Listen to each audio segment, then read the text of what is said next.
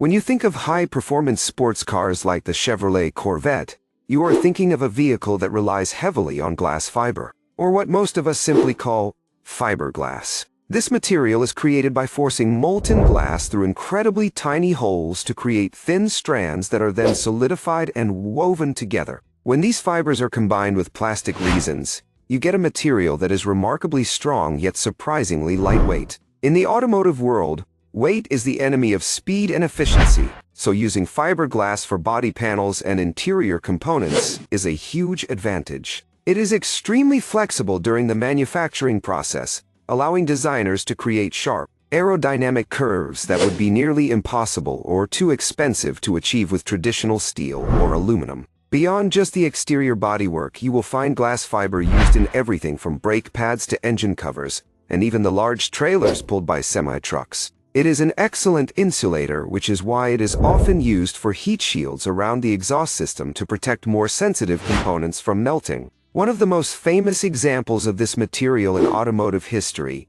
is its use in early specialty vehicles where traditional manufacturing wasn't an option. It doesn't rust or corrode like metal does, which means a fiberglass body can literally last a lifetime if it is taken care of. Whether it is providing the structural backbone for a sleek supercar or helping to insulate your cabin from the heat of the engine, this versatile material is a cornerstone of modern automotive design and performance engineering.